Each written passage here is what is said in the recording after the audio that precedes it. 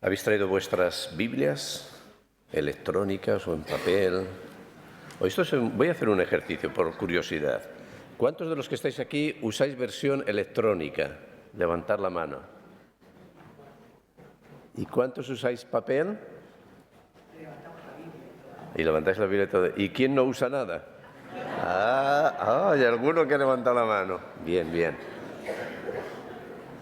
Bueno, seguro que el que no usa la Biblia, ni en papel ni electrónica, el texto que vamos a leer se lo conoce de memoria, Mira, os invito a abrir vuestras Biblias en el Evangelio de Lucas.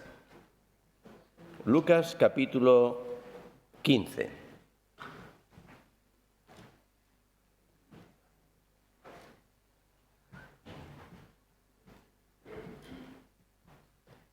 Muy bien, vamos a empezar a leer en el versículo 1. Dice así: se acercaban a Jesús todos los publicanos y pecadores para oírle, y los fariseos y los escribas murmuraban diciendo: este a los pecadores recibe y con ellos come. Entonces él les refirió esta parábola diciendo, y seguidamente, no lo vamos a leer todo el texto, Jesús les narra la parábola de la oveja perdida, si os fijáis, después de la moneda perdida y finalmente la del hijo pródigo, que es la que ahora vamos a leer. O sea que nos vamos al versículo 11. También dijo: un hombre tenía 2 hijos, y el menor de ellos dijo a su padre: Padre, dame la parte de los bienes que me corresponden, y les repartió los bienes. No muchos días después, juntándolo todo, el hijo menor se fue lejos a una provincia apartada, y allí desperdició sus bienes viviendo perdidamente. Y cuando todo lo hubo malgastado, vino una gran hambre en aquella provincia y comenzó a faltarle. Y se fue y se arrimó a uno de los ciudadanos de aquella tierra, el cual le envió a su hacienda para que apacentase cerdos. Y deseaba llenar su vientre de las algarrobas que comían los cerdos, pero nadie le daba. Y volviendo en sí, dijo: ¿cuántos jornaleros en casa de mi padre tienen abundancia de pan y yo aquí perezco de hambre? Me levantaré e iré a mi padre y le diré: Padre, he pecado contra el cielo y contra ti. Ya no soy digno de ser llamado tu hijo. Hazme como a uno de tus jornaleros. Y levantándose vino a su padre, y cuando aún estaba lejos, lo vio su padre. Y fue movido a misericordia, y corrió, y se echó sobre su cuello, y le besó. Y el hijo le dijo: Padre, he pecado contra el cielo y contra ti, y ya no soy digno de ser llamado tu hijo.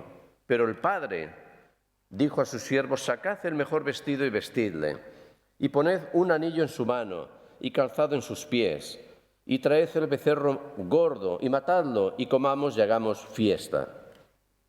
Porque mi hijo muerto era y ha revivido, se había perdido y es hallado. Y comenzaron a regocijarse. Y su hijo mayor estaba en el campo, y cuando vino y llegó cerca de la casa, oyó la música y las danzas, y llamando a uno de los criados le preguntó qué era aquello. Él le dijo: tu hermano ha venido, y tu padre ha hecho matar el becerro gordo, por haberle recibido bueno y sano. Entonces se enojó y no quería entrar. Salió por tanto su padre y le rogaba que entrase. Mas él respondiendo dijo al padre: he aquí tantos años te sirvo, no habiéndote desobedecido jamás, y nunca me has dado ni un cabrito para gozarme con mis amigos. Pero cuando vino tu hijo, que ha consumido tus bienes con rameras, has hecho matar para él el becerro gordo. Él entonces le dijo: Hijo, tú siempre estás conmigo, y todas mis cosas son tuyas. Mas era necesario hacer fiesta y regocijarnos, porque tu hermano era muerto y ha revivido, se había perdido y es hallado.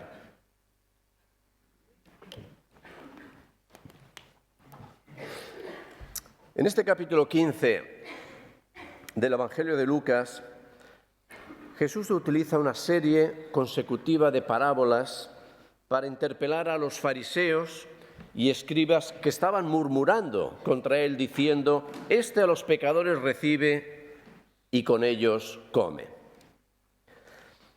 En el Oriente Medio, sentarse a comer con alguien era y sigue siendo símbolo de aceptación. Fariseos y escribas estaban juzgando y criticando a Jesús por atreverse a acercarse de la forma en que lo hacía a los pecadores, sentándose y comiendo con ellos. No lo podían entender.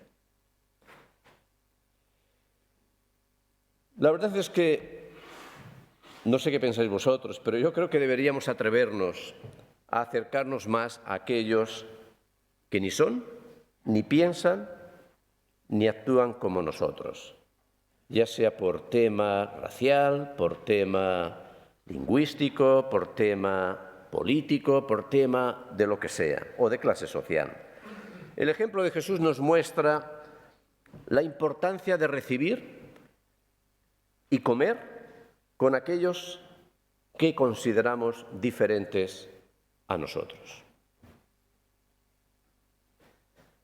En respuesta a la murmuración, Jesús utiliza la parábola de la oveja perdida, la moneda perdida, y esta tercera que hemos leído y que todos conocemos como la parábola del hijo pródigo, pero que bien podríamos llamar de los dos hijos perdidos. Tres parábolas con algo en común. Algo está perdido y es preciso encontrar. Una oveja, una moneda, dos hijos. Y es que, como el mismo Jesús diría más tarde, porque el Hijo del Hombre vino a buscar y a salvar lo que se había perdido. Desde mi punto de vista, todo este capítulo nos habla de una sola cosa: de la gracia y de cómo ésta opera. De la benevolencia de Dios y de su deseo profundo de reconciliar todo lo creado y devolverlo a su estado original. Para decirlo de forma sencilla, la gracia, que es la serie de la que estamos hablando, por definirlo de alguna manera sencilla, es el don de Dios, de donde nacen todos los demás: la redención, el perdón, la justificación y la santificación. Jesús, de forma muy pedagógica, intenta explicar a los guardianes de la ley que la salvación no es un mérito religioso, ni tan siquiera un logro personal. Es exclusivamente un don de Dios, un regalo. Es generosidad desbordada, es bondad que sobrepasa el entendimiento. La gracia nos habla del amor profundo de Dios por toda su creación, y esto te incluye a ti. Un amor que va dirigido a todos aquellos que están perdidos, sin exclusión alguna, a todos aquellos que están perdidos. Jesús mismo dijo: los que están sanos no tienen necesidad de médico, sino los enfermos. No he venido a llamar a justos, sino a pecadores al arrepentimiento. Lo primero que me llama la atención cuando leo este capítulo y estas tres parábolas es la importancia que tiene lo que se ha perdido. No sé si os habéis fijado. El valor que una oveja tiene entre 100, de una moneda entre 10 y de dos hijos perdidos, no sé entre cuántos, pero dos hijos perdidos. La importancia que tiene lo perdido. Y es que para Jesús, al menos a mí me dice esto, para Jesús cada vida individual merece por sí la pena. La gracia de Dios es universal y a la vez es personal. La gracia de Dios te mira a ti en medio de la multitud. Ve a la multitud, pero te ve a ti. No lo dudes. Te ve completamente y de forma transparente. Y busca salvar a todos, pero a la vez piensa en cada uno de nosotros de forma individualizada. Uy, a mí se me ponen los pelos de gallina pensar que Dios me ve tal como soy, piensa en mí y me mira. Y ahora estoy mirando a Josué, pero Dios te mira también. Jesús nos presenta a través de esta parábola, de estas parábolas, una gracia que, desde mi punto de vista, está fuera de toda la lógica humana. Arriesgar 99 ovejas por encontrar una que se ha perdido. Poner patas arriba la casa por una moneda perdida y después organizar, probablemente con esa moneda que se ha encontrado, una fiesta y gastarla.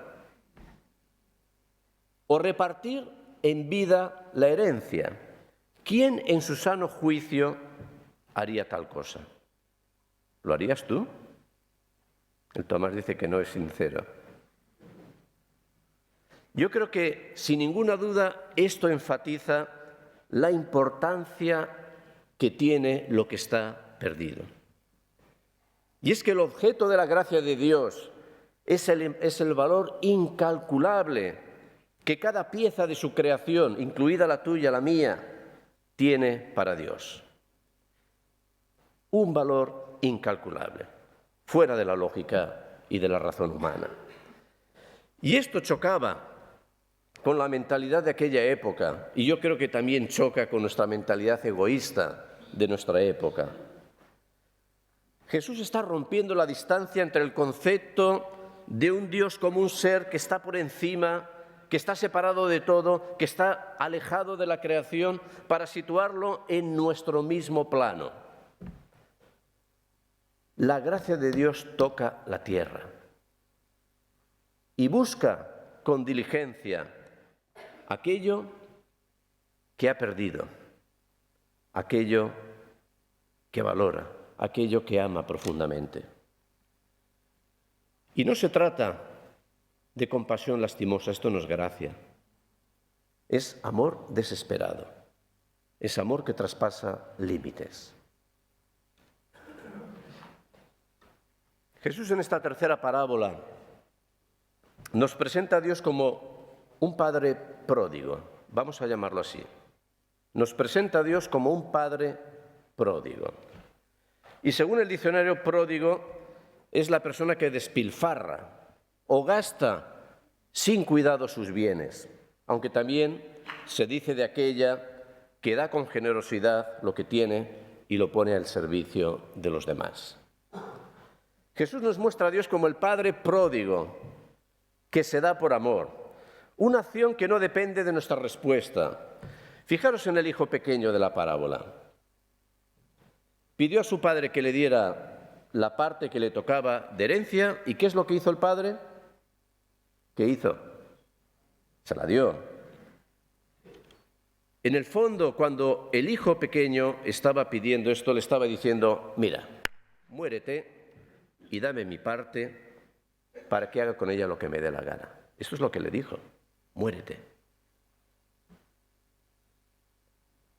El hijo menor quería las cosas de su padre, pero no a su padre. Lo sorprendente para todos los oyentes, en un mundo donde el patriarca, estamos hablando de Oriente, donde el patriarca lo representa todo, es que éste accediera a la petición del hijo. Su descaro hubiera justificado su destierro, la servidumbre y en algunos casos hasta la muerte, el derecho de matar al hijo. Pero este padre prefiere perder su propia honra, reputación y el respeto de la comunidad repartiendo 1/3 de su herencia con su hijo menor, estando él aún en vida. Nadie en su sano juicio haría algo así, y sin embargo este padre pródigo lo hizo. Yo creo que debió de rompérsele el corazón a este hombre cuando estaba repartiendo a su hijo lo que le tocaba, porque cuando estás muerto no te enteras, pero cuando estás en vida y lo repartes tú, y más aún cuando lo vio marchar. Poneros en su lugar, se le vio de romper el corazón. Pero es que desde aquel mismo día, si leéis bien el texto, no dejó de mirar tan lejos como alcanzaba su vista que su hijo regresara. Estupidez para algunos, generosidad para otros. Esto es un poco lo que la audiencia de la parábola y nosotros mismos hemos de decidir. Yo pienso que Jesús mismo se estaba revelando en esta historia como el Padre pródigo. Yo creo que Jesús se está colocando en la parábola como el Padre pródigo, como aquel que iba a sacrificarlo todo, a ser humillado, a perder su propia condición, su propia vida por amor al ser humano, incluyendo a aquellos escribas y fariseos que lo estaban enfrente de él, lo estaban criticando y murmurando. Pero con la esperanza a la vez, con la esperanza firme que lo perdido pudiera ser encontrado. Con el deseo de transformar las lágrimas y la pena en una gran fiesta, una como nunca antes se había celebrado. Todos sabemos lo que ocurrió con el hijo menor. Lo gastó todo, lo despilfarró en un mal vivir, hasta que no le quedó absolutamente nada, ni tan siquiera su condición como persona. Terminó entre cerdos, se supone que era judío, terminó entre cerdos, imaginaros, y comiendo de las sobras. Es en este momento donde vuelve su mirada a su hogar. Algunos dirán, bueno, egoísmo puro, ya se lo ha gastado todo. No lo sabemos. Pero vuelve su mirada al hogar, a su verdadera identidad que había dejado, al amor de su padre. Y toma la decisión de regresar a casa. Planea su vuelta. Y yo creo que también planea el discurso que le iba a decir a su padre. Yo no sé cuánto tiempo debió estar ensayando y repitiendo en su cabeza, o tal vez en voz alta, las palabras que iba a usar delante de su padre, pero yo me imagino que lo repitió muchas veces. Poneros ahora en su lugar, quiere volver después de todo lo que ha hecho, y prepara un discurso. Incluso en su discurso nos da una pista el texto. Su objetivo no era recuperar su condición de hijo, porque había renegado de ella. La había perdido, pero al menos quería conseguir que el padre le contratara como un jornalero más. Normalmente los jornaleros no vivían en la casa, vivían en las tierras, las trabajaban, es decir, no tenían contacto. Al menos quería ser uno de estos jornaleros como uno más que tenía el padre. Este era su plan y su discurso. Así que se levantó, emprendió el camino de vuelta y allí estaba el padre, un día más mirando hasta donde su vista alcanzaba, y lo esperado llegó. Reconoció a lo lejos a su hijo perdido regresando al hogar. Y no esperó. Ante la sorpresa de todos salió corriendo como un galgo, como se suele decir, a su encuentro. Nunca un patriarca distinguido hubiera hecho algo así. Nunca. Pero lo hizo. Al llegar hasta el hijo, éste intentó, me imagino que balbucear el discurso que había estado ensayando por días, pero el padre ni le dejó hablar. Más aún, no le pidió ninguna explicación, simplemente le abrazó y le besó. ¿Lo vio? Corrió, lo abrazó y lo besó. Dejadme hacer un ejercicio con vosotros. No lo tenía planeado, pero se me ha ocurrido ahora, Vamos a meternos en la escena. Imaginaros que cada uno de vosotros sois este hijo pródigo que va con su discurso, con sus historias, va caminando de vuelta a casa del padre, pues para decirle el discurso que tiene de su propia vida. ¿Vale? Ahora os pido que cerráis los ojos. Cerrad los ojos, va. Vamos a hacer un poquito de... Cerráis los ojos. Poneros en la piel. ¿Sois el hijo o la hija menor? Y vais con vuestro discurso personal, y tú sabes el discurso que hay ahora en tu vida, seguro que lo sabes. Seguro que hay algo que estás siempre allí dándole que le das en la cabeza. Y de repente te ves abrazado y besado por el Padre. ¿Qué significa este abrazo para ti? ¿Qué significa este beso del Padre para ti?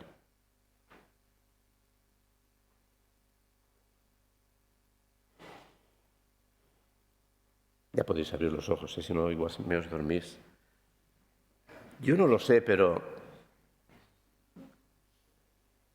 es tremendo que Dios corra a nuestro encuentro, porque no está esperando que tú vengas, Él corre a tu encuentro para abrazarte. Ahora nosotros hemos de estar dispuestos en ir en la dirección correcta. Y su abrazo lo cubre todo. Tal vez estás aquí herido por una gran pérdida, tal vez estás aquí enfadado con alguna persona, tal vez estás con algún pecado que llevas por ahí y continúas con él y no sabes cómo quitártelo de encima. Dios no le interesa tu explicación. Él quiere simplemente que tú le dejes que te abrace. Y a veces lo curioso es que Dios nos abraza a través del abrazo de otros. La pregunta es, ¿estás dejando que alguien te abrace? ¿Estás dejando que en medio de tu situación, sea la que sea, alguien te abrace? Yo me imagino la expresión descompuesta en los rostros de los fariseos y escribas que estaban escuchando esta historia de Jesús. En su mente, un conjunto de barbaridades. ¿Qué estaba diciendo Jesús en tan poco tiempo? ¿Cuántas barbaridades una detrás de la otra? Aquellos guardianes de la ley que vivían justificando cada palabra, cada paso y toda acción para demostrar su devoción, de repente oyen que aquel padre pródigo no solo no pidió explicaciones, sino que además abrazó a un pecador, a un hijo homicida de un padre en vida, a un criador de cerdos. Es que no se lo podían creer. No me extraña que un poco más tarde planearan un complot para asesinarlo. Jesús estaba enseñando que el amor, la misericordia, el perdón, en el fondo la salvación, no depende de mi autojustificación, sino de un abrazo incondicional. El hijo menor no fue restaurado a su condición de hijo por lo que dijo, pues no dijo nada, sino porque decidió levantarse y volver al Padre, y éste le vio y le abrazó. Más aún dice el texto que lo calzó y lo cubrió con la mejor ropa, es decir, la suya propia. No había en la casa otra mejor ropa que la suya, señal inequívoca de que se identificaba plenamente con aquel hijo que había vuelto y que lo restauraba de completo en la familia. Y finalmente colocó de nuevo en su dedo el anillo que lo devolvía a la condición inicial de hijo, porque esto era el símbolo del anillo, con todos los derechos y con todos los privilegios, convirtiéndole de nuevo en heredero legítimo de todo. Ya se había gastado la herencia, pues ahora, toma. Lo convierte otra vez en heredero. Y así opera la gracia de Dios. Puede perdonar y restaurar cualquier pecado, cualquier ofensa, devolvernos la identidad perdida, el honor y el futuro.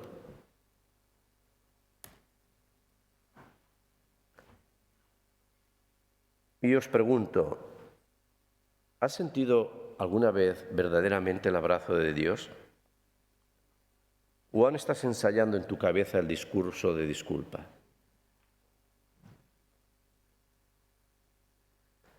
Nada, absolutamente nada, puede apartarnos del abrazo de Dios. Solo tenemos que levantarnos e ir al Padre. La gran noticia es que la gracia de Dios No se cansa hasta encontrar lo que está perdido. No se cansa. No te deja. Nos persigue. Y una vez que ha hallado lo perdido, no puede dejar de mostrar su alegría. El padre pródigo organizó una fiesta en la que convidó a toda la comunidad y mató el becerro más gordo, algo que solo ocurría en ocasiones muy especiales. Estaba tan contento de haber recuperado a su hijo, al hijo perdido, que no podía disimular o dejar de compartir su alegría con otros. Es decir, con todos. Y de esta forma tan clara y rotunda reintegró al hijo a la vida, a la familia y a la comunidad. Pero cuando el hermano mayor se enteró, por los sirvientes, de que su hermano pequeño había regresado y que su padre lo había aceptado de nuevo en la familia, se puso furioso. Ahora era el turno de este hermano mayor de deshonrar al padre. Se niega a entrar a la fiesta, se queda afuera en la puerta, y es de nuevo el padre el que ha de salir en busca de su hijo para hablar con él y rogarle, el patriarca, rogarle que entre. Y éste se niega. Más aún, recrimina al padre por lo que ha hecho. Este hijo mayor figura de aquellos fariseos y escribas que estaban criticando a Jesús. En el fondo, en su mente estaban reclamando lo que creían era su derecho ganado, por cumplir como hijos lo que ellos creían que se esperaba de ellos. En el dintel de aquella puerta, yo creo que aquel hermano mayor estaba echando cuentas en su cabeza y en su interior. Tantos años te he servido, no te he desobedecido jamás, nunca me has dado un cabrito para gozarme con mis amigos, echando cuentas. Pero con este hijo perdido que solo ha gastado en fulanas y por aquí y por allá, matas el becerro más gordo. Y ahora además me reduces otro tercio, mi herencia, aceptando de nuevo a mi hermano en la familia. ¿Dónde está la justicia? Claro, su herencia se acortaba también. Estaba echando cuentas. En el fondo, este hijo mayor también quería los bienes del padre, los beneplácitos del padre, la comodidad que recibía del padre, más que al padre mismo. Y el enfado le lleva a insultar a su padre, a perderle el respeto con su comportamiento y además hacerlo delante de todos. Es curioso, vivía con el padre, tenía a su disposición todo y sin embargo se lamenta de la injusticia que está viviendo. La alegría que experimenta el padre de recuperar a un hijo perdido, él la vive como una injuria a su fidelidad. Y es que en el fondo el hermano mayor nunca supo apreciar todo lo que tenía. Pero lo más triste es que no supo disfrutar de estar con el padre, porque estaba con él. Hijo, tú siempre estás conmigo y todas mis cosas son tuyas. Hermanos, no perdamos la oportunidad y el privilegio que tenemos de estar con el Padre. No dejemos de saborear todo lo que en Dios ya tenemos, comenzando por el don de la vida.